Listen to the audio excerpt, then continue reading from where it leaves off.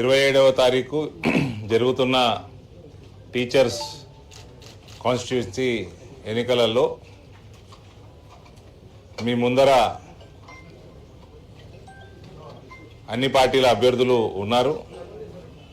కానీ ఏ రకంగా Congress party total Telangana సమాజాన్ని మోసం చేసింది, అంతకుముందు 10 సంవత్సరాలు టీఆర్ఎస్ పార్టీ ఏ రకంగా మీ అందరినీ మోసం చేసిండ్రు, టీచర్సే కాకుండా గవర్నమెంట్ ఎంప్లాయీస్ని ఈ 317 జియో అని కుటుంబ సభ్యుల్ని వేరు చేసిండ్రు.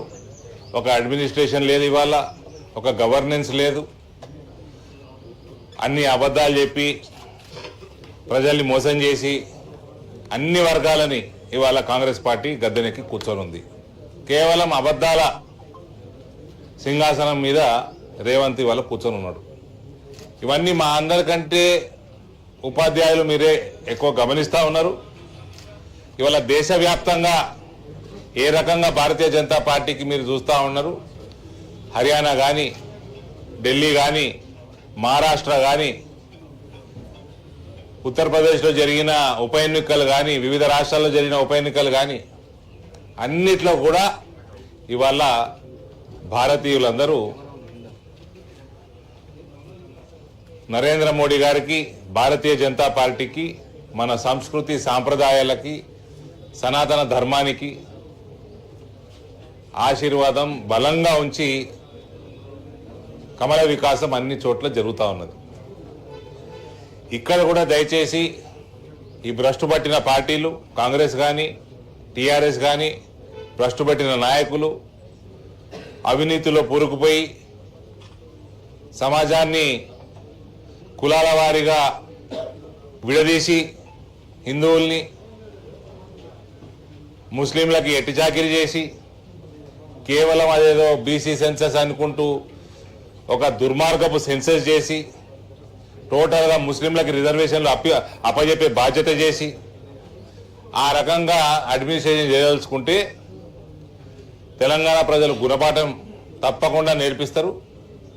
ఈ ఎన్నికలలో కూడా నా రిక్వెస్టు, క్యాండిడేట్ పరంగా కూడా కొమరయ్య గారు ఒక మంచి వ్యక్తి, సమాజ సేవ భారతీయ జనతా పార్టీ అనుబంధ సంస్థల ద్వారా అనేక సమాజ సేవ చేస్తూ ఉన్నారు. అనేక దశాబ్దాల నుంచి ఆయన కానీ, ఆయన కుటుంబ సభ్యులు కానీ జాతీయవాద సంస్థలతో కోఆర్డినేట్ చేసుకుంటూ. కాబట్టి ఉపాధ్యాయులందరితో నా రిక్వెస్టు, రేపటి నాడు మనము ఈ ప్రభుత్వాన్ని ఎదుర్కోవాలన్నా వాళ్ళు చేస్తున్న దుర్మార్గపు 317 జియో ఇటువంటి నిర్ణయాలు తీసుకున్నప్పుడు వాళ్ళని ప్రశ్నించే గొంతుక కేవలం భారతీయ జనతా పార్టీ. కాబట్టి మీ అందరు నా రిక్వెస్ట్, దయచేసి భారతీయ జనతా పార్టీ అభ్యర్థి కొమరయ్య గారిని పెద్ద మెజారిటీతోటి గెలిపించాల్సిందిగా నా రిక్వెస్టు. మనందరి బాధ్యత కూడా. నరేంద్ర మోడీ గారు ఏ రకంగా దేశాన్ని ముందుకు తీసుకుపోతా ఉన్నారు, ఆయనని మన గ్రామ స్థాయి నుంచి, మన పట్టణ స్థాయి నుంచి మనం బలపరచాల్సిన బాధ్యతగా మనం అందరం స్వీకరిద్దాం. Thank you. వస్తాడు పోతాడు, రాకంటే ముందు చెప్పాలా, పోయినాక మాట్లాడాలా? ఆయారాం గయారాం ఉంటుంది కాంగ్రెస్ వాళ్ళది. ఏముంటుంది చెప్పు? ఎక్కడైనా తిరుగుతున్నారా? ఇట్లా తిరుగుతారు. మహిళలు చీపులు పట్టుకొని ఉన్నారు. 2000 4000 ఏడైంది? తులం బంగారం ఎటువైంది? 2,500 ఏమైంది? రైతు బంధు ఏమైంది? నిరుద్యోగ భృతి ఏమైంది?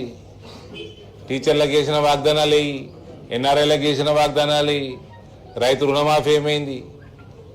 ప్రతి పంటకి మద్దతు ధర ఏమైంది? ఏ ముఖం పెట్టుకొని వస్తారు? రేవంత్ కూడా హెలికాప్టర్లు దిగుతాడు, స్టేజ్ ఎక్కుతాడు, స్పీచ్ ఇస్తాడు, మళ్ళీ హెలికాప్టర్ ఎక్కి పిక్తాడు. గంతే ఉంటుంది తప్ప వాళ్ళకి ధైర్యము లేదు, ప్రజల్ని ఎదుర్కొనే దమ్ము లేదు, మోకము లేదు.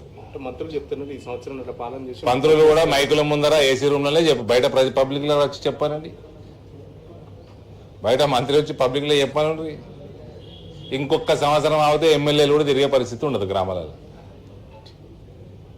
సంవత్సరం పాలన చేసి మాకే ఓట్లేస్తారని చెప్పేసి మంత్రులు చెప్తున్నారు, పట్టభద్రులు కానీ ఉపాధ్యాయులు. ఏం చేయమన్నా బీజేపీ కోటేమని చెప్పాను. వాళ్ళ ఉద్యోగం పోదా? ఎట్లుంది సార్ అంటే సంవత్సరం పాలన చెప్తున్నారు కదా. చెప్పినా అది ఇప్పటిదాకా ఏడుంది, పాలన లేదు. కాబట్టి ఉపాధ్యాయులు అందరితో రిక్వెస్ట్, దయచేసి చేతులు జోడించి రిక్వెస్ట్ చేస్తా ఉన్నా, కొమరయ్య గారిని పెద్ద మెజార్టీతో గెలిపించండి.